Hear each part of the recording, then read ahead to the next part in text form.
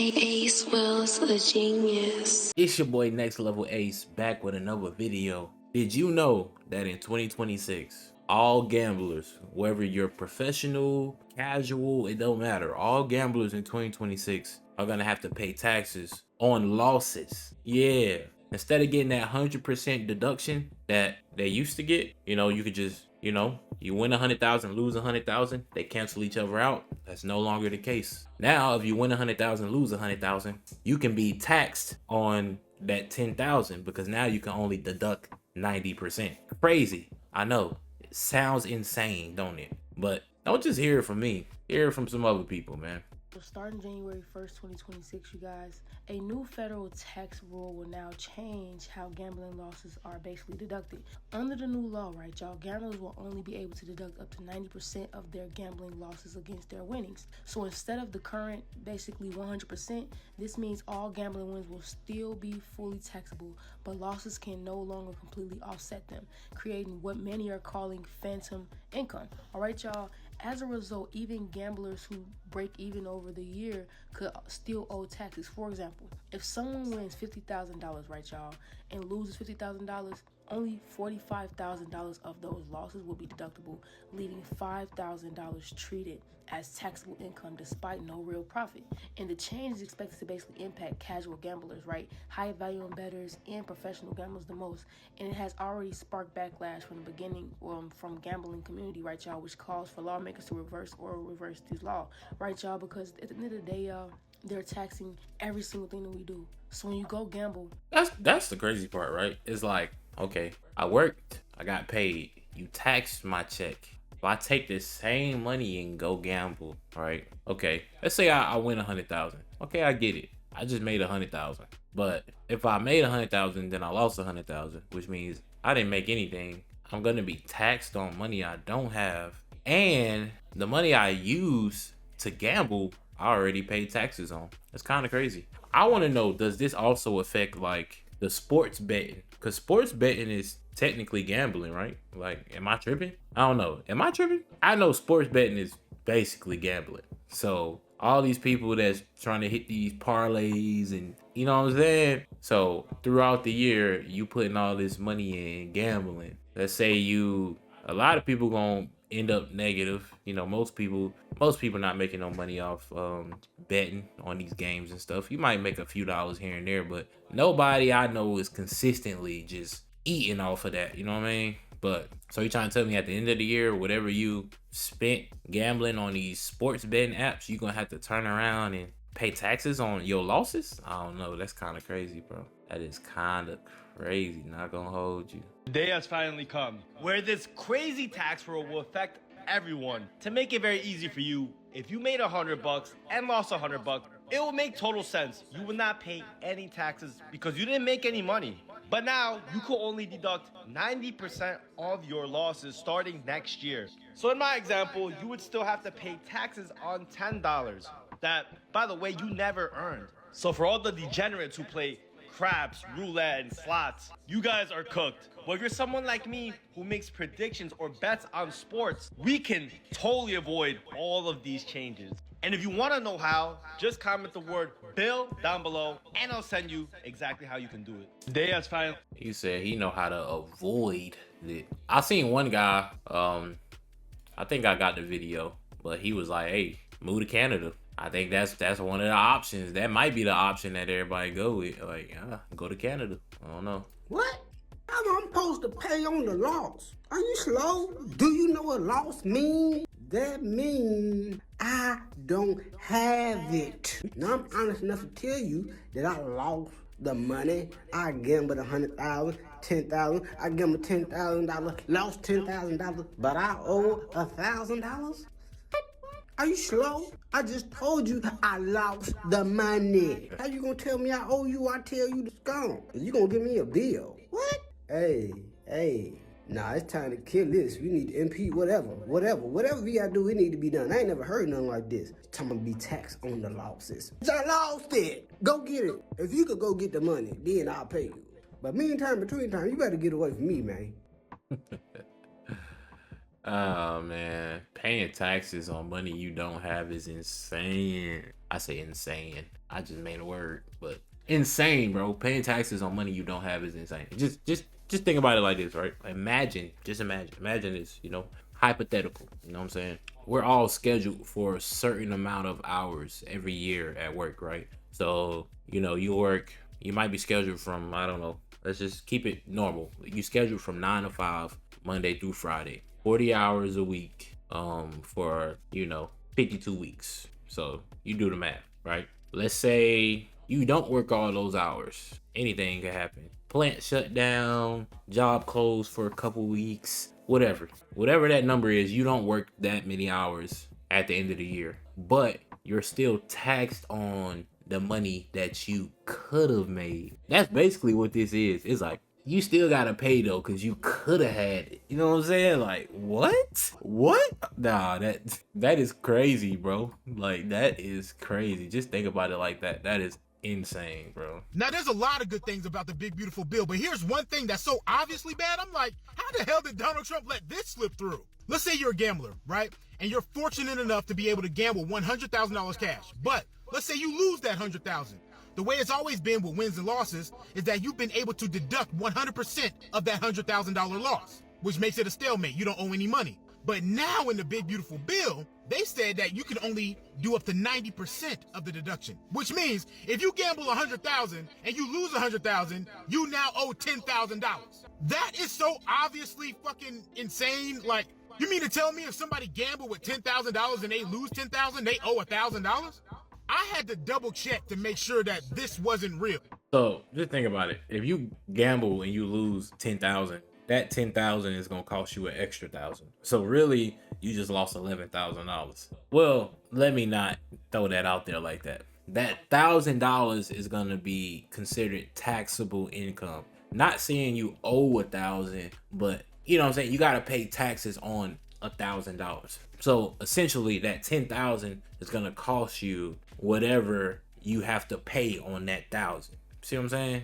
Same thing with whatever. 20,000, 50,000, 100,000, whatever. You're gonna have to pay tax. You still gonna have to pay taxes on whatever that 10% is that you lost. You know what I mean? That is insane. It's different if I got the money. It's like, here, I owe you. I don't even have the money. I owe you and I don't have the money. Who do I gotta call? Like someone wasn't just trolling.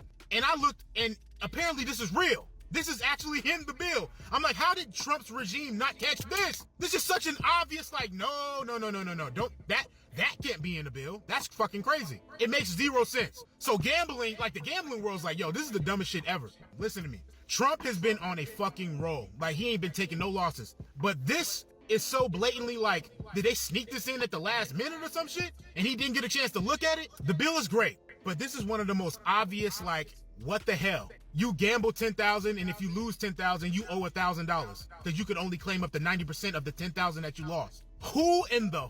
This may be like they might do a provision on the bill. They might get in there real quick and take it. See, but I don't think you owe $1,000. You know what I'm saying? That's like saying you won $10,000. Now you owe 10,000, and that's not how it works. That $1,000 is taxable. So say you made 50,000, right? You made $50,000 working, and then you went and you gambled and you won 10,000, right? That would put you at 60,000 for the year. But then you lost 10,000, so you're back at 50,000 for the year. That is taxable. But now, because you can only deduct 90% of that 10,000, now instead of 50,000, you're gonna be taxed on 51,000. So I believe that's how it works. I don't think you like owe $1,000. That don't make sense at all. You know what I'm saying? So it's like they basically gonna add 10% to your income. Like whether you won it or lost it, 10% of it is gonna go to your yearly taxable income. Still insane, but it don't sound as bad as if you just tell people like, well, if you gamble 10,000, then you lose 10,000, you owe 1,000. Like, nigga, how does that work? It don't work like that.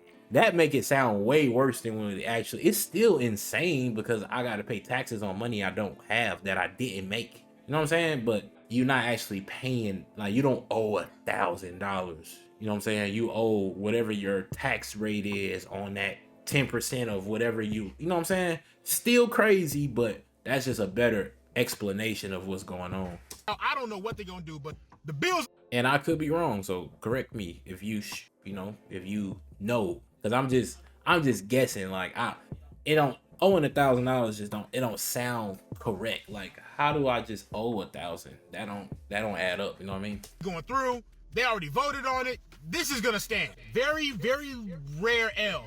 Because yeah, that's crazy. It should be 100% all the time. You gamble 10,000, you lost 10,000. It cancels each other out. That's the way it has always been. That's the way it should stay. Whoever decided to say, oh, you can only claim 90% of that now, is fucking stupid. I'm sorry. I just gotta call it how it is. That's all I gotta say, man. God bless America. I just feel like, man, it's time to stop gambling. Now, unless you're like professional gamblers, it's different. Like that's your profession. Obviously, you pretty decent at it. I know a lot of the professional gamblers, they be getting banned all over though, because they be good at what they do. And that ain't, they, like professional gamblers are bad for business. But, you know, if that's your profession and you good at it and that's how you make a living, then hey, go crazy, do you. But, I don't know. As a casual gambler, I don't even want to gamble. What if I go to the casino, I'm just having a good time, I got my cup, I'm sipping, you know what I'm saying, right? I might get excited. I might win me a little 5,000, 10,000. But it's like I'm here for the whole weekend. By the time the weekend over, I might lose all the money I won. I might lose it. Now you trying to tell me I'm having a good time gambling? I gotta go back home and pay taxes on the money I just lost? Nah, that don't sound right to me. I don't know about y'all. I was pretty good at math. I'm still pretty good at math. That don't really add up to me. Breaking news, shocking news. If you are earning gambling income in the United States in 2026, you may be subject to what we call phantom income. Let me break it down.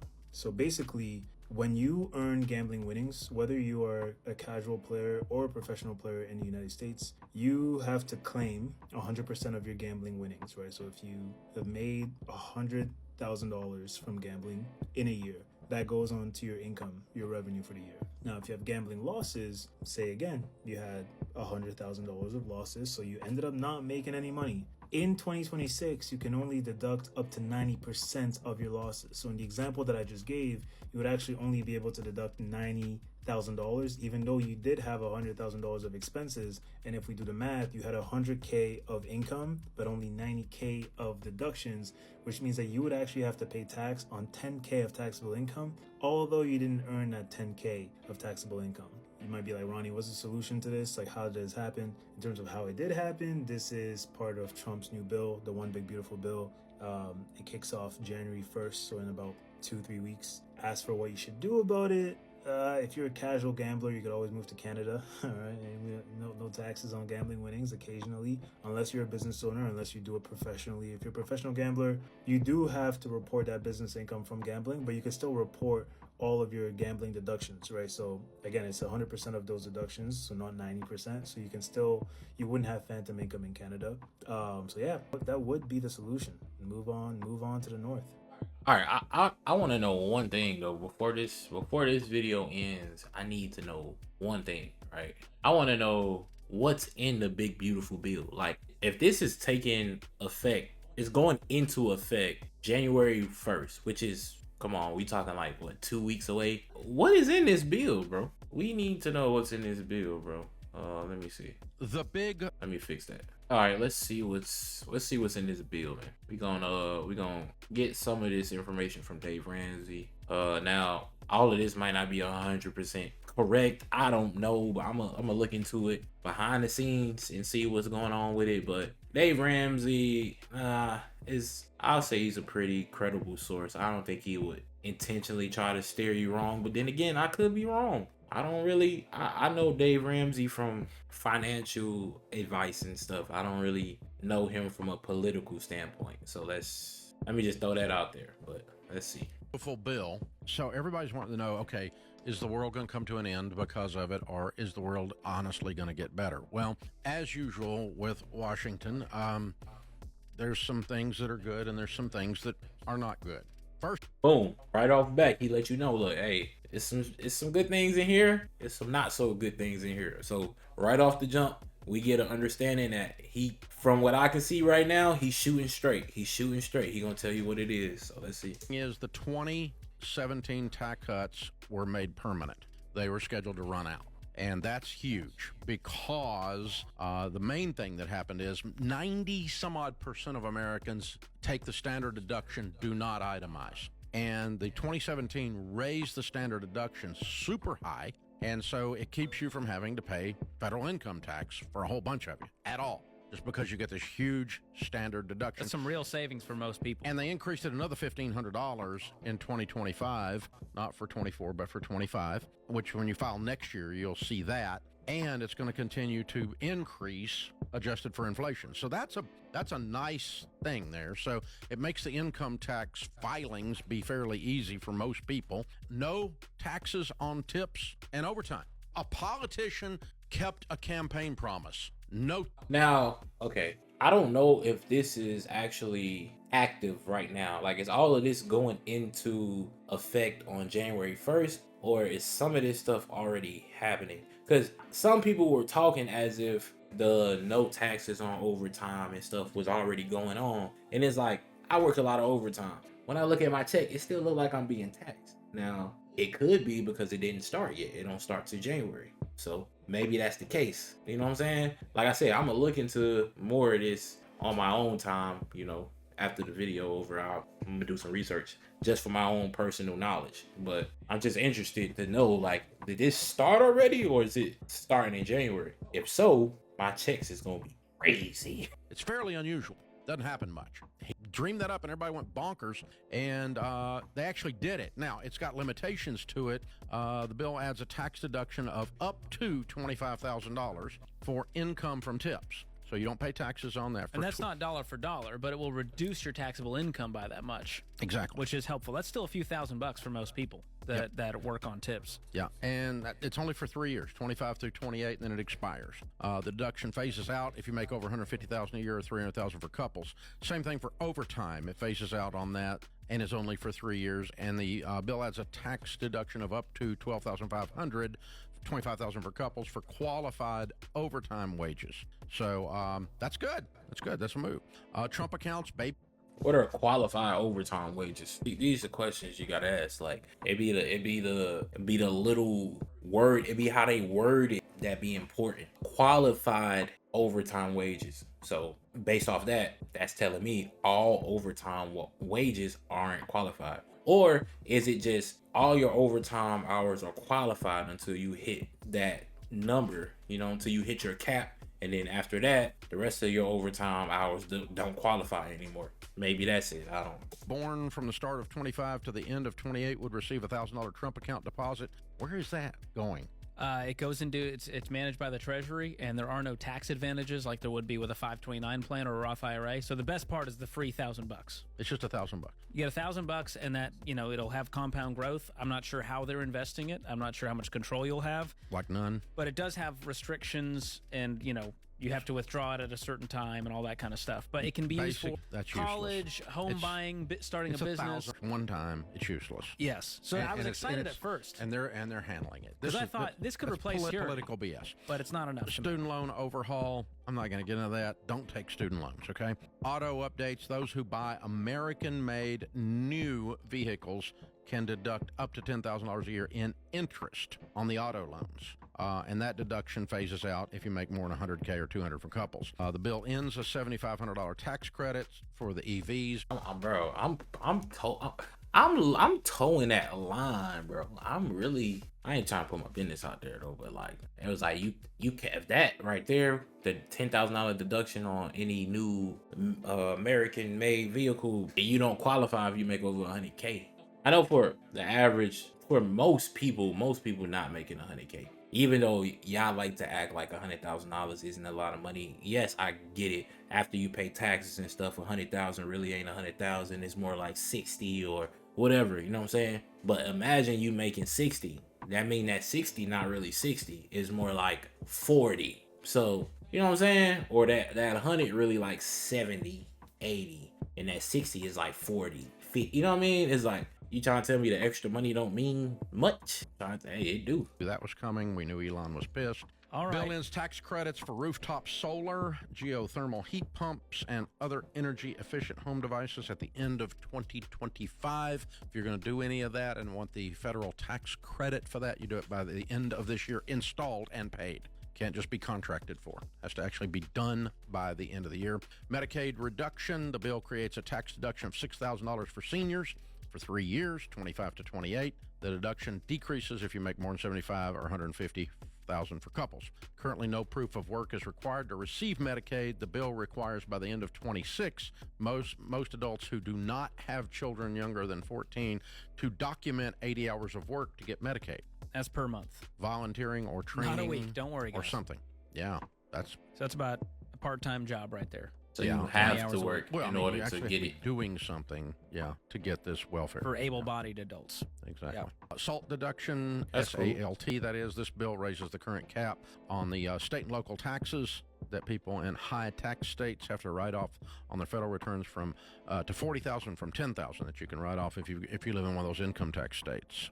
Charity deduction bill lets you write off up to $1,000 whoopee of your donations, $2,000 for couples starting in 26, even if you take the standard deduction. All right, that's new, but it's a whole $1,000 whoopee, no big deal. Tax credit for children, $2,000. It raises it to $2,200 and adjusts for inflation after that. So that continues as part of the 2017 bill. HSA, more people are eligible and money can be used for more expenses like gym memberships. That's a cool one. That's neat. I'm a big fan of the health savings accounts. 529 can be used for more expenses like tutoring or dual enrollment fees, workforce training after high school. This is great for the trades. You can. Mike Rowe will love this. The trades have been kicking up. That's good. Basically, a bunch of little tiny stuff. There's no big, beautiful thing in here. Yeah. It's a bunch of nickel and dime stuff. I mean, the top tips, I think the big one's no taxes on tips and overtime. It raises the debt ceiling by $5 trillion, which estimates are that'll probably last about the time that Trump is in office. And then they'll have the bump into the ceiling again. There's not anything in here that's going to change your life. Here. There's some tax cuts. So if for the people that were doing well, the best thing, the biggest thing, and it's kind of quiet on this, the way this is written up, is that they just made permanent the 2017 stuff, which is really big stuff. Yeah. In 2017, the thing they did do for those of you that run a small business is they brought the R&D write-off back. Thank God. If your business is under 31 million annually, you can start immediately taking your R&D tax credits back. That had been in place for like 75 years and went away 2 years ago. Weird. Because they didn't renew it, because Congress sat on their thumbs, which they usually do. And so small businesses were getting slammed because they lost a huge depreciation issue on R&D. I know I did. If your business is more than 31 million, it's still coming back. If you're, like ours is about 300 million, so we don't qualify. And so it's still coming back, but we're going to have to wait till like 26 or 25 for it to show up. So big, beautiful, bill, sure. It's a bill. I'll give him that. It's a bill. Oh man, I like that. He shot it straight, man. He told you what you needed to know. And like he said, man, I like what he said about there's nothing in here that's gonna change your life. Because I feel like a lot of times we feel like decisions that are being made or things that are happening will have this drastic change on our life that will either improve our life or make our lives worse. But I always feel like how my life is going and how my life turned out is all on me. It's like, what are you gonna do? You know what I'm saying? What decisions are you gonna make? How are you gonna better your situation? Yes, new laws and bills and all this stuff can affect you in your day-to-day life. It can cost you a lot more money. It can put more stress on you. But it's like at the end of the day, you gotta focus on bettering yourself, bettering your situation, increasing your finances, being better with your finances. And it's like, control what you can control. We can't control the decisions they make. We can watch and hope and pray that they do something in our favor, but given the history, we know it's not likely that they're gonna do many things to really help us. So we gotta get used to helping ourselves. And it's that simple. But if you feel different, comment down below. Let me know. Until next time.